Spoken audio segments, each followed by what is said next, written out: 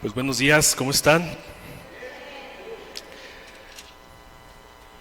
Pues qué bendición estar con ustedes nuevamente, ya cerrando esta enseñanza. Y sí, yo realmente espero que hayan podido escuchar las otras dos para que no nos desenganchemos. Y si no, no te preocupes, vamos a hacer un resumen muy rápido. Estamos hablando del vestido del creyente, pero antes de que nosotros pudiéramos saber qué es lo que tenemos que usar, qué es lo que tenemos que vestir, primero teníamos que saber cuál es nuestra identidad, ¿cierto? Y no sé cuántos recuerdan que nuestra identidad está basada en tres cosas. La primera es escogidos, santos y amados.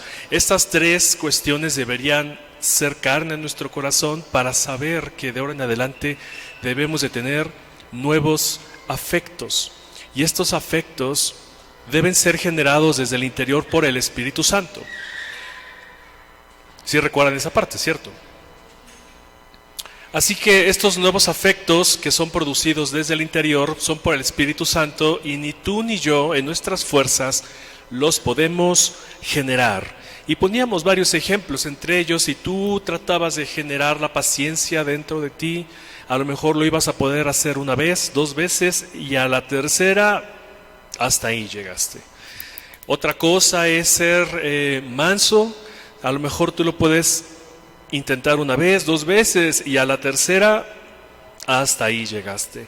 En cambio, cuando nosotros nos tomamos del Señor y veíamos que echemos todas nuestras cargas sobre Él, porque su yugo es fácil y ligera su carga, estamos dependiendo de Él completamente. Así que lo que tenemos que tener dentro debe ser generado por Él. Y después veíamos hace 8 días que parte de estos nuevos ropajes espirituales, que es vestirnos de Cristo, lo primero era que teníamos que vestirnos ¿de qué? ¿Recuerdan? De entrañable misericordia, que es una condición interna, y esta condición interna debe verse reflejado en un comportamiento externo, y este era la benignidad, las buenas acciones. Poner nuestro carácter al servicio de los demás. Segundo punto, habíamos hablado de la humildad y de la mansedumbre, siendo la humildad no estimar a alguien superior a nosotros. No tenemos que nosotros sentirnos superiores a los demás, sino confiar en que el Señor nos ha dado lo suficiente y ser muy sensibles ante las necesidades de los demás. Y eso derivaba en mansedumbre. Y poníamos este ejemplo del caballo. ¿Cuánto lo recuerdan? Que un caballo es fuerte, es impetuoso. Sin embargo, al ser manso, es decir, domina su fuerza y se vuelve delicado para que pueda llevarte de paseo por la marquesa o brincar, galopar, lo que sea. Él restringe su fuerza porque es manso, y nosotros teníamos o tenemos que ser iguales. Tenemos nosotros que restringir nuestra fuerza, nuestro carácter, y complementado con la entrañable misericordia, con la benignidad, debemos entonces nosotros poner nuestro carácter al servicio ¿de quién? De los otros. Y veíamos también que nosotros nos funciona, claro, practicar estas disciplinas espirituales dentro de la iglesia, pero que no solo nos sirven aquí, que son más necesarias ¿dónde? Afuera. Todo lo que hemos aprendido del Señor no te lo puedes quedar. Siempre es para beneficio de los demás. Que a través de nuestro carácter, a través de nuestras palabras, a través de ser mansos, humildes, de ser misericordiosos, benignos, todo esto debe hablar de que el Señor nos ha cambiado, ha puesto una nueva naturaleza en nosotros, y todos tienen que verlo. Recuerden que somos luz a las naciones, y nadie que enciende una luz la pone debajo de la cama, sino que está en lo alto para que alumbre a todos. Eso somos tú y yo, y deberíamos ser nosotros así. ¿Ven? Así que continuando, hoy vamos a terminar con la paciencia y soportarnos y tolerarnos y perdonarnos. Vaya, esto es algo que a mí me ha estado moviendo últimamente desde que lo empecé a estudiar. Y creo que es de lo que más adolecemos nosotros. Pero antes de comenzar, te pido que cierres tus ojos y pongamos este tiempo en manos del Señor. Padre, gracias te damos esta mañana para que porque tú nos has permitido llegar a este lugar para poder escuchar tu palabra, Señor. Te pedimos que abras nuestros oídos espirituales y nuestro corazón sea receptivo, Señor. Que seamos confrontados con tu palabra, que seamos disciplinados por ti, Señor, para poder alcanzar la estatura del varón perfecto que es Jesucristo, mi Dios. Sé con el predicador, Padre, sé conmigo, y que sean tus palabras y tu sabiduría saliendo de mi boca, y que no sea yo hablando de mi propia prudencia, Señor. Que sea reflejado tu mensaje fielmente, porque tú quieres, Señor, llevarnos a practicar tu carácter hacia los demás y poder compartir que tú has cambiado nuestra vida y que somos llenos de ti. En el nombre de Jesús te agradecemos. Amén. Pues bueno, entonces esta nueva naturaleza debe generar en nosotros unos nuevos afectos, la entrañable misericordia, la benignidad, la humildad, la mansedumbre, y terminaremos con la paciencia y soportándonos y perdonándonos unos a otros. ¿Ven? Romanos 13, quiero empezar por ahí. Romanos 13, 11 al 14 dice: y esto, conociendo el tiempo, que ya es hora de levantarnos del sueño, veíamos hace 8 días, porque ahora está más cerca de nosotros nuestra salvación.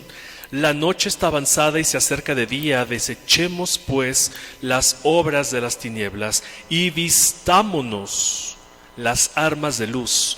13. Andemos como de día honestamente, no en glotonerías y borracheras, no en lujurias y lascivias, no en contiendas y envidias, sino vestíos del Señor Jesucristo, y no proveáis para los deseos de la carne. ¿Cuánto nos cuesta hacer morir nuestra carne? Y entrando ya en materia, viendo la paciencia sería la condición interna que el Señor ha generado en nosotros y que está generando en nosotros, y la condición, el comportamiento externo de esta paciencia debe ser el soportarnos, el tolerarnos y perdonándonos. Esto es lo que nuestros hermanos se tienen que beneficiar, y no solo ellos, sino la gente que está afuera en el mundo. Y hace 8 días igual platicábamos de 2 cosas, ¿cierto? Lo contrario de la humildad, ¿qué era? El orgullo. Qué difícil es dejar el orgullo. Qué difícil es arrancarlo de raíz, y si nosotros no arrancamos de raíz, dejamos tan solo un resquicio de ese orgullo, el árbol vuelve a crecer. Y también la paciencia, creo que es lo más difícil de estar cultivando, ¿cierto? El Señor ha puesto ya en nosotros la capacidad de ser pacientes. Sin embargo, el hacer que crezca este árbol por encima del orgullo y por encima de muchas otras frutos es de lo más complicado. No he escuchado a alguien, les comentaba, que haya llegado y haya dicho: por favor, ayúdame a orar para que el orgullo en mí se mueran. Somos tan orgullosos que ni siquiera eso nos atrevemos a hacer. Pero sí es muy socorrida la paciencia, ¿cierto? Es muy socorrida decir: Señor, por favor, ayúdame a ser paciente. ¿Con quién? Con mis hermanos, con mis hijos, con mi pareja, con mi jefe, con quien sea. Sin embargo, recuerden que todo lo que pedimos al Señor lo tenemos que pedir con diligencia. Porque si tú pides paciencia, van a venir pruebas para que pruebes tu paciencia. Efesios 4:2 dice, retomando un poquito lo que veíamos hace 8 días, con toda humildad y mansedumbre, soportándonos con paciencia los unos a los otros en amor. Y subraya amor, por favor. No podemos quitar el amor de todo esto que estamos aprendiendo, y vamos a cerrar precisamente con eso. Con toda humildad y mansedumbre, soportándonos con paciencia. ¿Qué es entonces la paciencia? Y vamos a ponernos un poquito estudiosos para entender qué es la paciencia. La paciencia viene del griego macrotumía. Significa paciencia, ánimo, longanimidad, sufrido. Propiamente una pasión prolongada que espera lo suficiente antes de expresar el enojo. Esto evita la fuerza prematura que puede surgir fácilmente de un enojo inapropiado, es decir, en la forma de una reacción personal. La paciencia, mis hermanos, regularmente termina expresándose, si no se tiene la paciencia, termina expresándose en ira. Pon en tu memoria alguna situación con tus hijos, con tu esposa, con quien tú quieras, en donde has tratado de ser paciente y como no lo logras, siempre terminas como explotando. Terminas perdiendo la compostura, terminas siempre airándote, terminas siempre expresándote mal y dejas de ser manso y al contrario, te subes a este caballo desbocado y arrasas con todo por no haber sido paciente, longanánimo. Y desde que entendí esta palabra, desde que lo vimos en la casa de estudio con el pastor longanánimo, es una palabra completa. ¿Cuántos saben aquí que Dios es paciente? Yo espero que todos seamos pacientes, entendamos que Dios es paciente. ¿Y dónde encontramos la paciencia de Dios? En toda la Escritura. Si no encuentras quizás la palabra paciencia en determinado versículo, déjame decirte que en toda la Escritura la vas a encontrar. Dios ha sido paciente contigo y está esperando que nosotros procedamos al arrepentimiento. Santiago 1, 19, 20 dice: por esto, mis amados hermanos, todo hombre sea pronto para oír, tardo para hablar, tardo ¿para qué? Para airarse, porque la ira del hombre no obra la justicia de Dios. Y Dios es así. Dios es pronto para escuchar, y una vez que termina de escuchar tu oración, entonces comienza a hablar y no se aira. Siempre prolonga su misericordia, siempre pospone esta pasión de la ira. Imagínense si Dios no fuera paciente. La paciencia de Dios la vemos prácticamente desde Génesis 3, donde el hombre ha pecado, el hombre en ese momento ha roto todo pacto con el Señor. Imagínense si Dios no hubiera sido longanánimo, sino que por haber roto su ley, por haber roto aquello que Él ya había establecido, dice hasta aquí. Y truena los dedos y viene un rayo y acaba con el hombre. Pero Dios no hizo eso. Dios ha sido longanánimo, ha sido paciente desde Génesis hasta el día de hoy, y lo va a hacer mañana y lo va a hacer hasta que Jesucristo venga. Es entonces cuando Él va a terminar de refrenar su juicio y va a caer sobre todas las naciones, y entonces no habrá quien se salve. Aquellos que se han entregado al Señor serán salvos, estarán con Él. Los que han sido pacientes estarán con Él, y aquellos que no han entregado su vida sufrirán las consecuencias. Así que el mejor ejemplo de paciencia que tenemos es el del Señor. Tú, al igual que escribe Santiago, deberías ser pronto para oír, tardo para hablar y tardo para airarte. Porque el hombre que es airoso no obra en la justicia de Dios, no refleja el carácter de Dios. Qué difícil es ser paciente, ¿no es verdad? Es muy, pero muy difícil.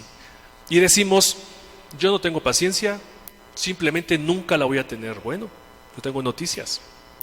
Si tú crees que nunca vas a tener paciencia, entonces probablemente tengas que cuestionarte si realmente el Señor mora en ti. No pasa nada, solo se cerró la puerta.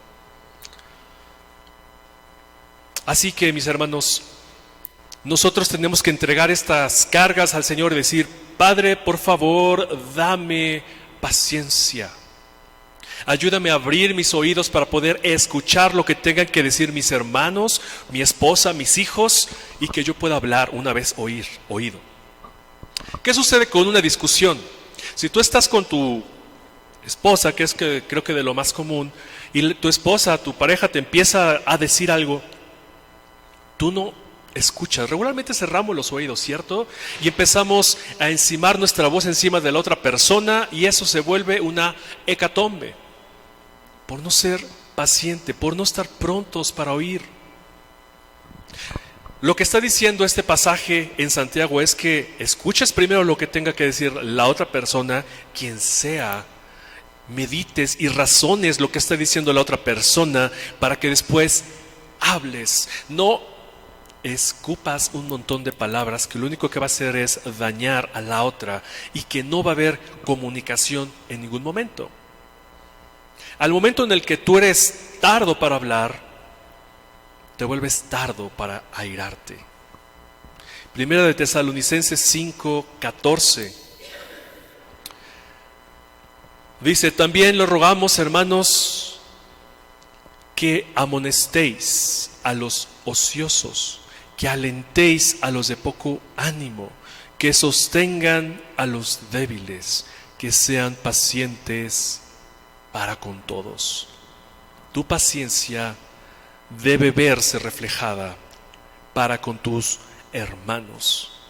Y no quisiera ahondar mucho en esto, pero vale la pena rápidamente comentar que la palabra amonestar es el griego nouteteo y significa razonar con alguien o advertirle.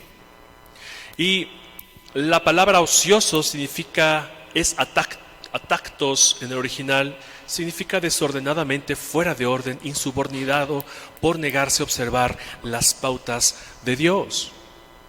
¿Y cuántos de nosotros no somos así aquí? Muchas veces somos ociosos, desordenados de lo que el Señor ha mandado. Y necesitamos ser amonestados. Pero para que nosotros podamos llegar a eso, al final del versículo dice, tienen que ser pacientes para con todos. Tu paciencia tiene que reflejar el carácter de Dios. No puedes ir por la vida amonestando a todo mundo así porque sí. Pero si amonestas a alguien, previo tienes que ser paciente. ¿Por qué crees? Porque tú en algún momento fuiste igual.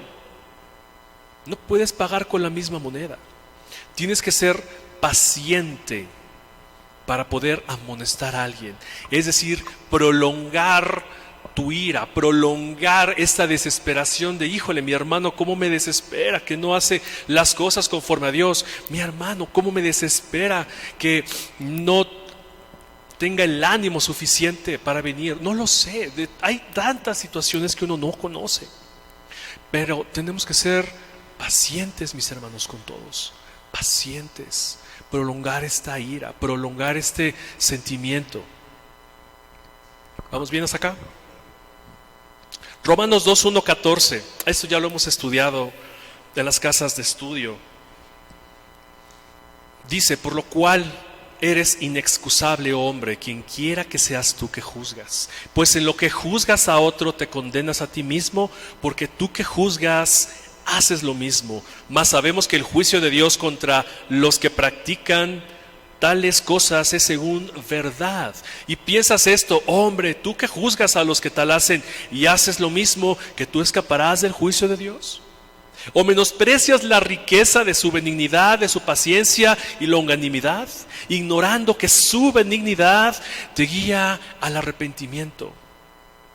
Podemos encontrar muchísimos versículos sobre la paciencia dentro de la Escritura, como ya mencioné desde Génesis 3, y el Señor va a seguir manifestando su paciencia hasta que Él regrese. La paciencia del Señor deberíamos observarla tú y yo detenidamente. Deberíamos pasar más tiempo contemplando la longanimidad de Dios, que es decir, que no ha desatado su juicio sobre ti, sino que sigue postergándolo. ¿Y cuál es el objeto de tener paciencia? Que nos arrepintamos. Que nos arrepintamos antes de que el Señor venga y deje caer su juicio sobre nosotros. Segunda de Pedro 3:9. El Señor no retarda su promesa, según algunos la tienen por tardanza, sino que es paciente para con nosotros.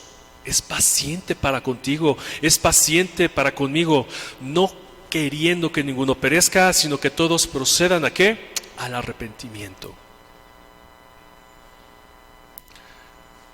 Tú y yo necesitamos que el Señor genere en nuestro interior, en nuestro nuevo hombre, esta paciencia. Y tenemos que reflejarla para con todos. Así que la paciencia de Dios, si tú te detienes a observarla, te debe llevar al arrepentimiento. Al arrepentimiento de todo. Al arrepentimiento de no ser paciente, al arrepentimiento de no ser manso, al arrepentimiento de no ser humilde, al arrepentimiento de todas estas disciplinas espirituales y nuevos afectos que el Señor debe estar formando en nosotros. Tenemos que ser pacientes, prolongar la ira. Y en la casa de estudio yo les ponía un ejemplo que cada vez cuando empecé a conocer al Señor y mi mamá me decía algo que estaba haciendo mal, lo primero que yo hacía era responderle. Sin embargo, cuando fui aprendiendo esto, siempre le pedía al Señor paciencia y que me callara la boca. Cuando mi mamá empezaba a decir algo, yo cerraba los ojos y decía: Señor, dame paciencia. Señor, dame paciencia. Y poco a poco el Señor fue ministrando en mí la paciencia, de tal forma que ya no me airaba o explotaba tanto, sino que ya aprendí a refrenar mi lengua, aprendí a escuchar y aprendí a decir lo justo. Me sigo equivocando. Yo creo que todos aquí nos vamos a equivocar. Todos aquí en algún momento nuestra paciencia es quebrada, porque nuestra carne muchas veces gana. En la mañana hablamos en el discipulado sobre la llenura del Espíritu Santo. Y entendimos esta diferencia, ¿no? Que una cosa es ser bautizado en el Espíritu y otra cosa es ser lleno del Espíritu. Pero para que tú puedas ser lleno del Espíritu, imagínate que tienes dos vasijas, una eres tú y la otra es la del Espíritu Santo. Para que se pueda llenar esta, se tiene que vaciar. Es decir, primero tienes que vaciar tu humanidad, morir a tus deseos, morir a tu viejo hombre, y conforme esa vasija que eres tú se va vaciando, se va llenando con el Espíritu Santo. De tal forma que cada vez que nosotros entendemos más la Escritura y la practicamos, esa vasija que eres tú se va vaciando de ti, se va vaciando de ti, se va vaciando de ti y se va llenando con el Espíritu Santo hasta que estemos rebosando. Ojalá lleguemos a esa llenura completa. Ojalá. Sin embargo, vamos avanzando por la vida e imagínense que agitamos esta vasija y se va saliendo el agua que corresponde al Espíritu Santo y nosotros la vamos llenando con nuestra propia agua. Y seguimos avanzando con esta jarra en la mano y vamos tirando el agua que ya puso el Espíritu Santo, y como la vemos medio vacía o medio llena, nosotros vaciamos ahora de nuestra propia humanidad. La única forma de poder ser llenos del Espíritu Santo es morir a nuestros deseos, a nuestros impulsos. Y lo veíamos versículos más arriba que dicen: no proveáis para los deseos de la carne. Ya no proveamos para los deseos de la carne, sino que llenémonos del Espíritu Santo para que Él cree en nosotros estos nuevos afectos y podamos tener paciencia. ¿Vamos bien? Así que la paciencia es la condición interna que debe manifestarse en ¿qué? Y vamos a entrar ahora sí a lo sabroso. Se debe manifestar en soportarse o tolerarnos, y debe manifestarse en perdón. En perdón. Soportarse o tolerarse viene del griego aneko y significa sufrir. Tolerar, soportarse, para sostener, para tener paciencia con, propiamente permanecer firmes. Recuerden que la santidad es colectiva también. Y el Señor también crea iglesias para que tú pongas en práctica estas disciplinas espirituales, de tal forma que el Señor te va a sentar junto a la persona que quizás menos te agrada, para que practiques la tolerancia, para que practiques tu paciencia con esa persona y decir: híjole, estoy sentado junto a mi hermano que Nomás lo veo y nomás de verlo me enfado. Yo espero que no les haya pasado. Pero el Señor te pone junto a otras personas para que tú practiques la tolerancia. Y también si ves que uno de tus hermanos está constantemente pecando y fallando, como vimos, no vayas y lo recrimines, así como así, de una forma airada, como dice el Señor, airaos, mas no pequéis, sino que más bien practica la tolerancia. Tenle paciencia. Porque alguna vez tú estuviste quizás en la misma condición que él estuvo y necesitamos generar empatía con ellos. Así que soportar es una manifestación de la paciencia. Y en ambos sentidos, tolerar, es decir, soportarlo, sí, no decirle nada. Y también tienes que soportar en el sentido de levantar a tu hermano. Soporta a tu hermano. Si ves que está en alguna falta, si ves que le falta alguna disciplina, si ves que le falta carácter, impúlsalo, levántalo, dale ánimo, como veíamos en 1 Tesalonicenses. Necesitamos amonestar a nuestros hermanos, necesitamos también alentarlos, a los que tienen poco ánimo, es decir, a los tímidos. Hay gente que es tímida dentro de la iglesia. No por eso significa que quizás no sea llena del Espíritu Santo, sino que simplemente es tímida. Tú tienes que alentarlo, tienes que hacer que se mantenga firme, tienes que soportarlo, sostener a los débiles. Es lo que veíamos en 1 Tesalonicenses. Eso es parte de nuestra paciencia. Tenemos que estar junto a ellos diciéndole: vas bien, hermano, te exhorto a que sigas así, te exhorto a que sigas avanzando en el Señor, vamos a leer la Biblia, te invito a que tomemos un café y platicamos qué está sucediendo en tu vida. Eso es soportar, eso es tolerarse. Fíjese lo que dice la Real Academia Española sobre la tolerancia. Dice: respetar las ideas, creencias o prácticas de los demás cuando son diferentes o contrarias a las propias. Claro, es una definición del mundo, ¿cierto?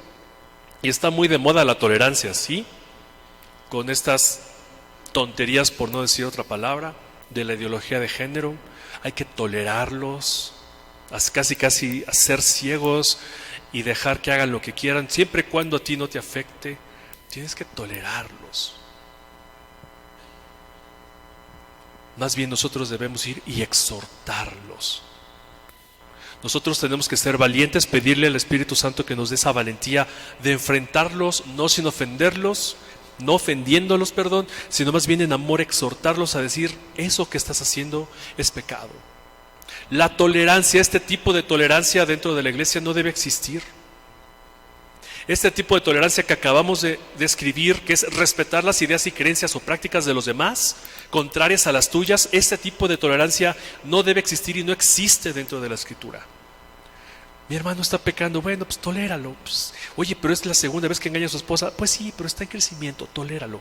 Ese tipo de tolerancia no puede existir dentro de la iglesia. Ese tipo de soportar es ir con tu hermano, exhortarlo y decir: ¿cómo te puedo servir? Poner a disposición los dones y talentos que el Señor te ha dado para que lo levantes, lo impulses y pueda él arrepentirse de su pecado y seguir creciendo en el Señor. Esa es la tolerancia que sí tenemos que practicar. Ese es el soportarnos que sí tenemos que practicar. Levantarlo. Si tiene poco ánimo, levantarlo. Que tú seas su soporte. Que tú le puedas dar el brazo, se pueda tomar de ti y los dos seguir juntos. Levantarlo cuando está caído. Soportar. Ese sí es lo que tenemos que practicar dentro de la iglesia. Pero ¿cómo lo vas a lograr? Teniendo paciencia. Si tú no le tienes paciencia, lo primero que vas a hacer es correr y airado vas a decir algo que en lugar de edificarlo, lo va a mortificar. ¿Vamos bien? Eso es soportarnos. Y creo que la evidencia más grande de la paciencia es el perdón. La palabra perdón viene del griego charizomai y significa esto: perdonar, conceder, mostrar favor, dar de gracia, propiamente demostrar favor, dar libremente el favor con el fin de otorgar perdón.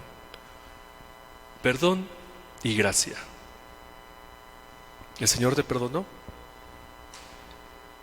La idea que estamos tratando de transmitir con esta palabra de perdón es que no exigimos pago alguno, sino que damos libremente y que debemos estar dispuestos a perdonar. Hace unos años yo les ponía un ejemplo de lo que era el perdón y les contaba una historia de una niña que tenía un gato que amaba mucho. Y la niña amaba muchísimo al gato. Llegaba de la escuela, lo acariciaba, jugaba con él. Era su adoración el gato. Cierto día su papá una mañana sale de su trabajo, va a su trabajo, toma su coche y en ese momento sale el gato corriendo atrás del coche, se hace para atrás el auto y atropella al gato. Lo mata. La niña vio toda la escena. Así que dice a su papá, ¿pero qué has hecho? Has matado a mi gato. Y el papá se baja y le dice, fue un accidente, evidentemente yo no lo vi. Pero te propongo algo, hija, dice el padre. Vamos a recogerlo, vamos al jardín de atrás y vamos a enterrarlo. Le parece bien a la niña, recogen al gatito. La niña cava un hoyo dentro del jardín, lo entierra, pero deja la cola de fuera. El papá le pregunta, ¿por qué has dejado la cola de fuera, hija? Y dice, para que cada vez que tú pases por el jardín, te acuerdes que tú mataste a mi gato. ¿La niña perdonó o no perdonó? No. Ahora, entendiendo más el perdón todavía, quiero hacerte una pregunta. ¿Dios tiene memoria? Sí. ¿A Dios se le olvida algo? No. Entonces, si Dios no olvida, ¿cómo es que nos puede perdonar? Si acabamos de leer que perdón es precisamente no exigir pago alguno, que nos muestra su favor, entonces, ¿cómo es que Dios nos perdona si Dios no olvida? Bueno, la Escritura dice en Miqueas precisamente que Dios lo que hace es tomar nuestros pecados y los arroja al fondo del mar, para no acordarse más de ellos. Y eso es perdón. Perdón es que no ignoras la falta, que la falta estuvo ahí, pero que no la vuelves a traer a memoria nunca. ¿Me van siguiendo? Eso es perdón. Imagínense si Dios no nos perdonara, si Dios no olvida, entonces tú no te podrías presentar delante de Él. Porque entonces te puede decir el Señor, sí, ya te perdoné, pero no te quiero volver a ver jamás. Entonces, ¿el Señor hubiera perdonado? No, y nosotros somos así. Seguramente alguna ocasión alguien te hizo un daño muy grande que dices, yo no lo puedo perdonar. Pero el Señor te transforma el corazón y dice, sí, ya lo he perdonado, pero no lo quiero volver a ver nunca. Seguramente te ha pasado eso por la cabeza alguna vez. No, ya lo perdoné en mi corazón, pero por favor que no se presente delante de mí, porque si lo veo me doy la media vuelta. Dios no hace eso contigo.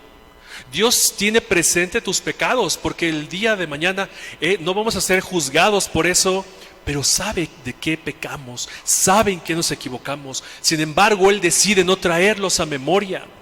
Y el perdón que tiene que manifestarse tras la paciencia es que tú perdonas a tu hermano, se puede presentar delante de ti y lo puedes saludar, abrazar y seguir con él caminando junto al Señor. Eso es el perdón.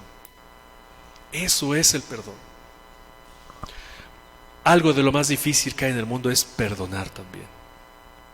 Yo, haciendo memoria de esto, gracias a Dios, me considero una persona que puede perdonar, pero quizás no he tenido una situación tan difícil que me sea casi imposible perdonar. Hay personas, por ejemplo, mujeres que son violentadas en la calle, que quizás sufrieron una violación y que el día de mañana a lo mejor conocen al Señor y le otorgan el perdón a estos hombres. Para ti puede ser injusto. Y para el mundo puede parecer injusto. Es que ¿cómo se hizo tal acto? ¿Cómo es que puedo yo perdonarlo? No merece mi perdón esa persona. No merece mi perdón. Merece que se refunda en la cárcel toda la vida. Y no perdonarlo. Sin embargo, tú como hijo de Dios, te debes de parar en esta nueva identidad y decir sí, te perdono. Y es muy difícil, me imagino que es súper difícil y no parece justo. Pero eso mismo hizo Dios contigo. Eso mismo hizo Dios contigo, y por cosas menores que esas el Señor te ha perdonado. ¿Quién eres tú para no perdonar? Pararte en tu autojusticia y decir, yo soy mejor que tú en todos aspectos. No puedes pararte en tu autojusticia. El perdón es que tú no exiges pago alguno. Nosotros transgredimos la ley de Dios, ¿cierto? Nosotros todos los días, lamentablemente, transgredimos la ley de Dios. Y todos los días recibimos el perdón de Dios y nosotros vamos a nuestras rodillas y se lo expresamos. Señor, perdóname por haber faltado a tus principios. Perdóname por haber violentado tus mandamientos. Y el Señor nos perdona. Ahora, el perdón no quiero que lo confundan con un sentimiento, porque el sentimiento es algo volátil. Hoy estás feliz, mañana estás triste, al rato estás contento, otra vez estás triste, hoy estás eufórico. Esos son los sentimientos. Los sentimientos son como una montaña rusa, suben y bajan. Y el perdón no es un sentimiento. El perdón es quererse parar en la justicia de Dios y por amor al Señor perdonar y no volver a traer a memoria ese pecado. Es algo constante. Así que analiza esta parte de ti. ¿Realmente has perdonado a quien tengas que perdonar? ¿Realmente has manifestado el perdón que el Señor tiene para ti? Y debemos de tener fe que cuando nos presentamos delante del Señor y le pedimos perdón por nuestras faltas, Él nos ha perdonado. Sí, nos duele cuando pecamos, sí lloramos cuando pecamos, pero ese perdón no está basado en un sentimiento, sino que está basado en la fe que el Señor ha puesto en cada uno de nosotros, y su palabra dice que Él es fiel y justo para perdonar nuestros pecados y limpiarnos ¿de qué? De toda maldad. Así que necesitamos tomarnos de esa promesa, de esa palabra que es fiel y verdadera, que el Señor nos ha perdonado. ¿Y quién eres tú entonces para no perdonar? Pero el perdón viene tras la paciencia. La tolerancia viene tras la paciencia. Efesios 4:32 dice, sean más bien amables unos con otros, misericordiosos, perdonándose unos a otros, así como también Dios los perdonó en Cristo. Toda la Escritura, el Nuevo Testamento, está llena de los unos a los otros, los unos a los otros. Todo esto que tú estás aprendiendo, que deberíamos estar practicando, es para beneficio de los demás. Es para beneficio de tus hermanos. Y en una de las casas de estudio les decía, si tú no has alcanzado estas cualidades dentro de ti, estos nuevos ropajes, esta vestidura que está diciendo Pablo que usemos, que esto no sea una carga para ustedes, que esto no sea una carga para nosotros. Es que necesito más benignidad, es que estoy fallando en la paciencia, es que me falta tolerar a mis hermanos. No se carguen, mis hermanos. Esto no es para que tú te sientas menos y decir, híjole, es que realmente no he avanzado en el camino del Señor. No es para que te cargues. Es más bien un espejo. Recuerden que la palabra es un espejo, y que nos veamos a cara descubierta y veamos en qué estamos fallando. Y que pidamos al Señor que nos aliente, que nos dé fuerza para alcanzar eso que aún nos está faltando. Así que de todos los puntos que hemos estado estudiando el día de hoy, tú sabes en qué estás falto, tú sabes en qué has madurado y tú sabes en qué estás en proceso. Pero no te cargues si no tienes todas ahorita estas cualidades. Mejor seamos diligentes en nuestro carácter, sigamos aprendiendo la Escritura, dejémonos guiar por nuestros hermanos más maduros en la fe y dejémonos exhortar por aquellos que lo hacen, y perdonémonos y soportémonos entre todos, porque somos un cuerpo. Amén. Qué fuerte. Qué fuerte esto del perdón. El mayor ejemplo que tenemos de perdón es de Jesús en la cruz, y eso debería motivarnos. Si Él pudo perdonar mis más pequeñas transgresiones, ¿cómo yo no voy a perdonar a mi hermano que no me saludó a la entrada? ¿Cómo yo no voy a perdonar al vecino que me estorbó mi entrada del coche? Ahí sí, como dice la Escritura, como dijo el Señor, perdónalos porque no saben lo que hacen. Amén. Primera Tesalonicenses 5:15 dice: miren que ninguno pague a otro mal por mal, antes seguid siempre lo bueno, uno para con otros y para con todos. Perdonar significa que no exiges un pago tras la transgresión. Dios el día de hoy no nos exige un pago, eso es gracia. Y acabamos de leer la definición de perdón precisamente, que es mostrar favor, dar de gracia. Es decir, el Señor, a pesar de que lo ofendimos y murió por nosotros y vació toda su ira delante de su Hijo, aparte nos sigue dando. ¿Tú has perdonado a tu hermano y cuando pide ayuda se la brindas? ¿Tú has perdonado a tu hermano y cuando necesita un apoyo, ser escuchado, le prestas el hombro y el oído para hacer eso? No, seguramente alguna vez no lo has hecho. Y eso es orgullo. Orgullo. Y el orgullo está en todos lados, lamentablemente. Lamentablemente es una venda que nos cega los ojos y no nos permite crecer en todo esto que estamos aprendiendo el día de hoy. Así que el perdón es esto, no exigir pago alguno, sino que antes paguemos el bien ante el mal y ser buenos los unos para con otros, y no solo con nosotros, sino con los que están allá afuera. Nuestro testimonio, nuestro ejercicio cristiano de realmente tiene que verse reflejado en los de afuera. ¿Qué va a decir la gente si voy y les pregunto en lo secular, en tu trabajo, cómo es fulano? Cuéntame, ¿cómo es sutano? ¿Qué creen que me digan? ¿Qué creen que digan de ustedes?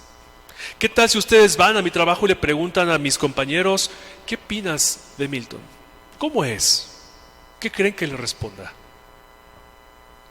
¿Estoy realmente viviendo lo que el Señor me ha enseñado? Recuerden que el cristianismo, ser hijo de Dios, es ser práctico. No es hijo el que solo lleva un nombre. Es hijo el que se para en su identidad de hijo y vive conforme a lo que le enseñan sus padres. Ese es más hijo.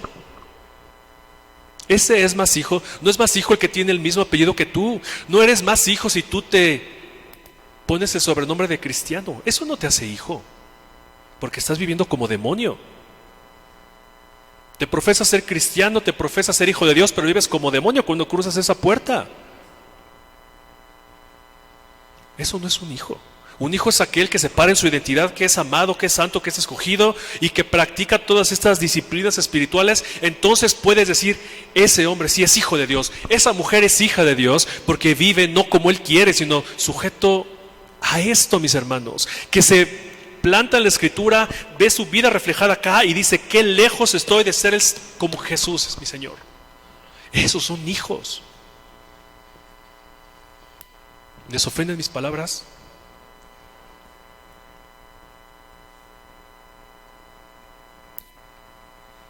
A veces hay que hablar duro, pero no por eso deja de haber de amor en lo que les estoy diciendo. Salmo 103:8 dice: misericordioso y clemente es Jehová, lento para la ira y grande en misericordia.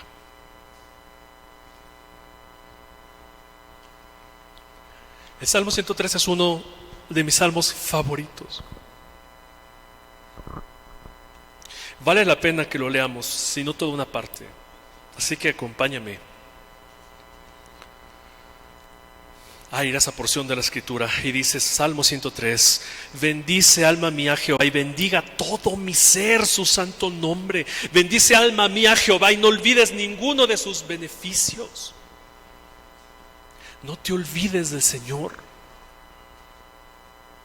Aquí el salmista David le está hablando a su propio ser a su orgullo. No te olvides del Señor, todo lo que has obtenido de Él, todo lo que el Señor te ha dado, no lo has logrado tú, te lo ha dado el Señor. Y aquí dice el salmista: mi ser bendiga al Señor.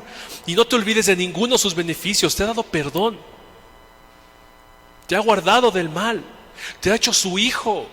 No te olvides de eso. Y a partir del versículo 3 empieza a enlistar todas las bendiciones que hemos recibido de Él y que deberías apropiarte tú también. Verso 3 dice: Él es quien perdona todas tus iniquidades. No eres tú por tu bondad, es el Señor. Él que sana todas tus dolencias, el que rescata del hoyo tu vida, el que te corona de favores y misericordias, el que sacia de bien tu boca, de modo que te rejuvenezcas como el águila. Eso recibes del Señor. Eso lo recibes, mis hermanos. Y muchas veces, como dice la escritura, que ves, eres como el hombre que ve su rostro en la mañana en el espejo y cuando sale se olvida cómo es. Así somos nosotros. En cuanto salimos de aquí, muchas veces ni nos acordamos a qué venimos. ¿De qué habló el pastor?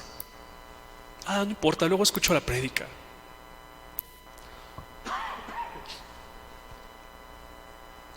Tenemos que recordar todo lo que el Señor hace.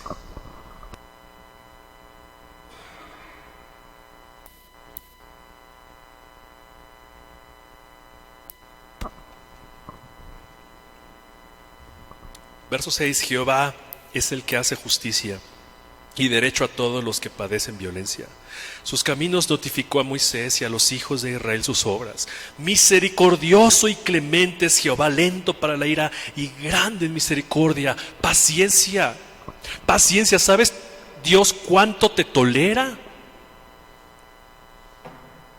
¿Sabes Dios cuánto prolonga su misericordia? ¿Tú por qué no lo haces? Voltea a ver a la persona que está junto a ti. Voltea a ver a la persona que está atrás de ti. Y volteen a ver a la persona que está delante de ustedes. No yo. Esa persona que acabas de mirar necesita tu perdón, necesita tu misericordia, necesita sentirse servido, necesita sentirse amado. Porque el Señor ha hecho miles de misericordias contigo y te ha dado bendiciones. ¿Y tú no eres capaz de brindarle una sonrisa ni un hola a tu hermano?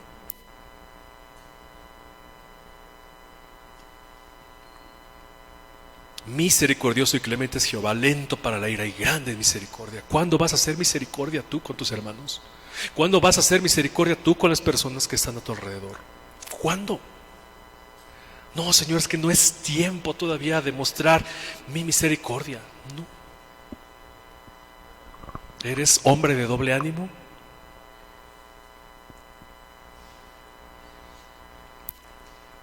Pero tenemos que tener y ser movidos por el Espíritu Santo cuando hagamos todas estas cosas, estas vestiduras espirituales. Y voy a retomar lo que decía John Piper, que vimos que el pastor nos compartió dentro de la casa de estudio. Realmente a mí también me voló la cabeza y solamente tomo un fragmento que dice: todo, absolutamente todo acto o actitud que sean debidos a una falta de confianza en Dios son pecado. No importa cuán moral pueda parecerle a los hombres, Dios mira el corazón. Si tú perdonas de dientes para afuera, has pecado. Si tú exhortas porque te crees superior y te paras en tu autojusticia, has pecado. Si tú animas y soportas a tus hermanos pensando que Dios te lo mandó a hacer y no tienes la actitud correcta, si no es movido por el Señor, estás pecando. Si tú vienes a poner aquí una silla y lo haces motivado porque quieres que te vean, es pecado. ¿Hay que santificar todo entonces? No. ¿Es que todo lo que hago es pecado? No. Pero también no todo es santo lo que haces. Si Dios no es tu motivación, si Dios no es el que pone en ti tanto el querer como el hacer, estás pecando. Así de duro es.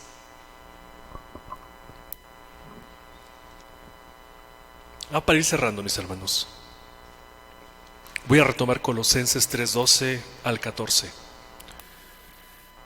Vístanse pues, recuerde que es un imperativo, vístete, no es opcional, es vístete, como escogido de Dios, santo y amado, párate en tu identidad nueva. Y tienes que vestirte de entrañable misericordia, de benignidad, de humildad, de mansedumbre, de paciencia, soportándonos unos a otros y perdonándonos unos a otros, si alguno tuviere queja contra otro. De la manera que Cristo los perdonó, así también háganlo ustedes. Y sobre todas estas cosas, vístanse de amor, que es el vínculo perfecto. Yo puedo ser muy espiritual, yo puedo ser ejercitado en estas cosas que acabamos de leer, pero si no tengo amor, como dice Pablo, nada soy. Primera de Corintios 13, vamos a leerlo rápidamente, vamos para allá, ya para ir cerrando. Sabemos todos qué dice, ¿cierto? Pero vale la pena que lo leamos.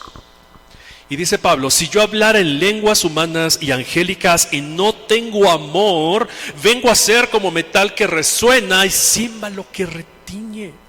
Y si tuviere profecía y entendiese todos los misterios y toda la ciencia y tuviese toda la fe, de tal manera que trasladase los montes, y no tengo amor, nada soy. El amor de Dios es el que nos une como hermanos. Un amor que tú no puedes generar, un amor que no puedes producirlo tú, sino que es un amor que el Señor ha puesto en cada uno de los que son sus hijos. Y lo amamos porque Él que nos amó primero. Y más adelante, sabes muy bien lo que dice del amor. Y es el amor que Cristo tuvo para contigo y para conmigo. Así que otra vez voltea a ver a las personas que están a tu alrededor y ponle cara de borrego a medio morir, como borrego enamorado.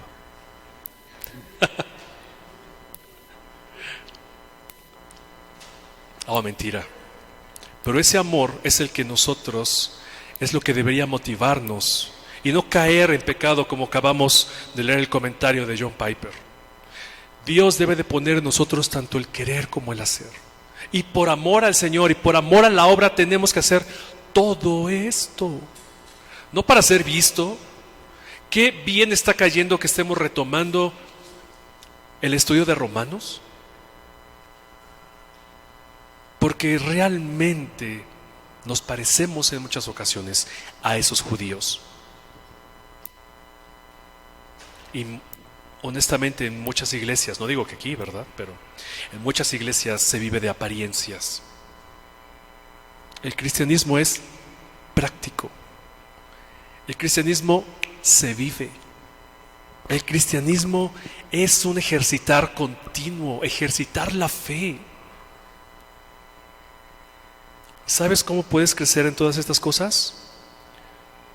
Teniendo una relación con Cristo. Yo puedo saber mucha Biblia. Yo puedo pararme delante de todos ustedes y recitarles todo esto de memoria si quisiera. Pero si no tengo amor, ¿de qué sirve? Si yo no lo vivo y no lo practico, ¿de qué sirve? No seamos cabezones. Y como leíamos precisamente en Romanos 2, son los hacedores los que son hijos de Dios. Son los hacedores, no los que se saben la ley. Y eso es lo que hacían los judíos en Romanos, ¿cierto? Se sabían la ley y se sentían moralistas y se sentían perfectos. ¿Y qué de eso vivían? Nada. Esta mañana yo te invito a que reflexiones en esto. Primero, si realmente eres hijo de Dios, si lo pongo así, con esas palabras, si realmente has entregado tu vida al Señor, si has entendido que eres santo, que eres escogido y que eres amado.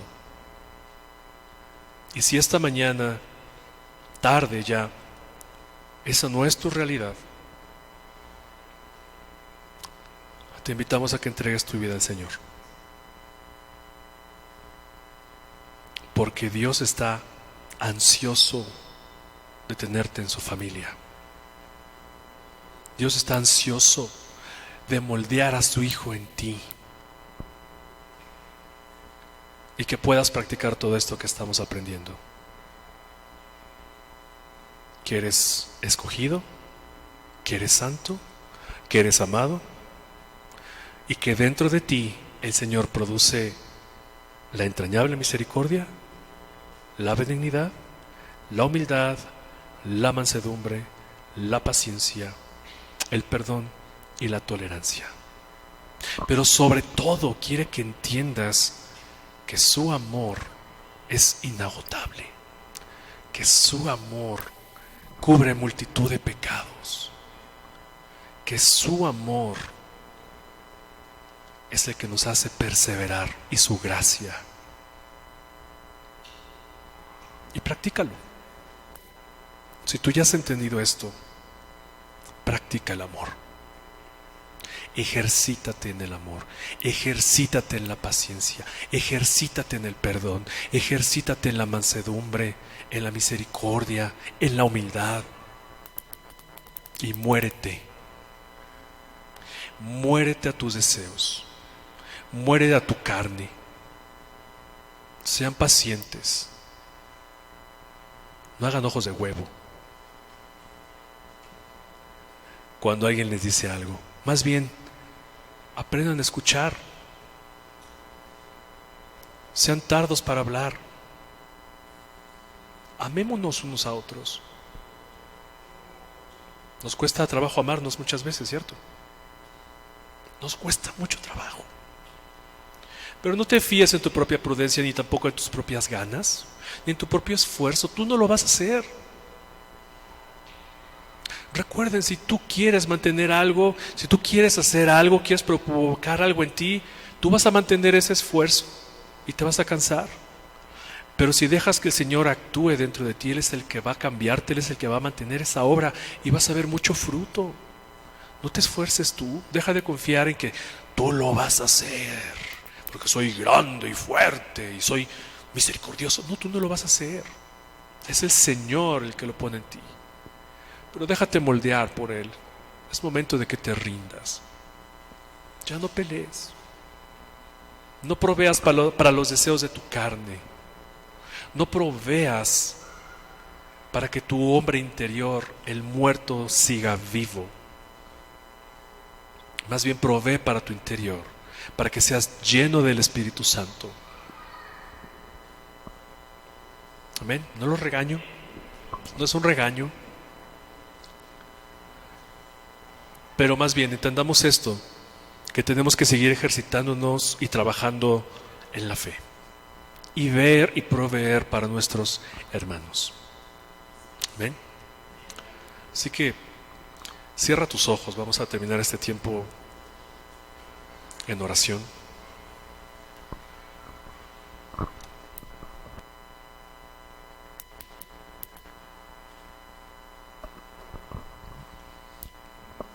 Oh Señor, qué bueno eres con nosotros. Oh mi Dios. Cuando vemos la obra de tu Hijo Jesucristo, sabemos que estamos aún lejos de llegar a esa estatura. Sin embargo, confiamos en que tú, como dice tu palabra, terminarás la obra hasta el día de Jesucristo. Tú eres fiel, Señor. Tú lo has hecho, tú lo has dicho, tú lo cumplirás. Que esa mañana, tarde, hayamos sido confrontados, Señor, y hayamos podido ver nuestras carencias de carácter, y que tú nos motives, Señor, en Jesús, a seguir creciendo. Señor, danos arrepentimiento de aquello que no hemos podido, que hemos tratado de lograr en nuestras fuerzas. Danos ese arrepentimiento y dejemos de confiar en nosotros. Y enséñanos a mirar a Cristo en todas las cosas que hagamos y a ver a Cristo en todas las personas y tratarlos como tú nos tratas, en amor, con paciencia, con perdón. Cámbianos, mi Dios. Cambia nuestro corazón. Nosotros no podemos hacerlo, Cristo. Jesús, clamamos a ti pidiendo que nuestra alma se rinda a tus pies. Gracias por tu perdón y tu paciencia. Sabemos que no lo merecemos. Sabemos que no lo merecemos, pero tú de gracia nos has dado y de gracia seguiremos recibiendo. Y enséñanos también a no olvidar ninguno de los beneficios que hemos obtenido de ti, Cristo. Nos das perdón, amor, ternura, compasión. Nos sostienes en las dificultades, nos alientas cuando estamos caídos, nos levantas cuando estamos en el lodo. Nos abrazas, nos limpias, nos das un beso y dices: sigue tu camino, hijo, que yo voy atrás de ti. Qué hermosa es tu misericordia. Qué hermoso es tu perdón y tu carácter. Llévanos, Señor, de gloria en gloria a ser como tu Hijo Jesucristo. Y perdona nuestras ofensas, Señor, y enséñanos a perdonar a los que también nos ofenden. Pero ese perdón que nos hace olvidar la ofensa, y que tu amor sea cada vez más en nosotros, que nuestro viejo hombre muera y que aquella naturaleza nueva que hemos obtenido de ti por haber entregado nuestra vida a ti se fortalezca ejercitando estas disciplinas espirituales. Estamos en tus manos, Señor. Nos rendimos delante de ti y por eso te damos gracias por tu perdón, tu paciencia, tu misericordia. Y haznos más parecidos a tu Hijo. En el nombre de Jesús decimos amén y amén.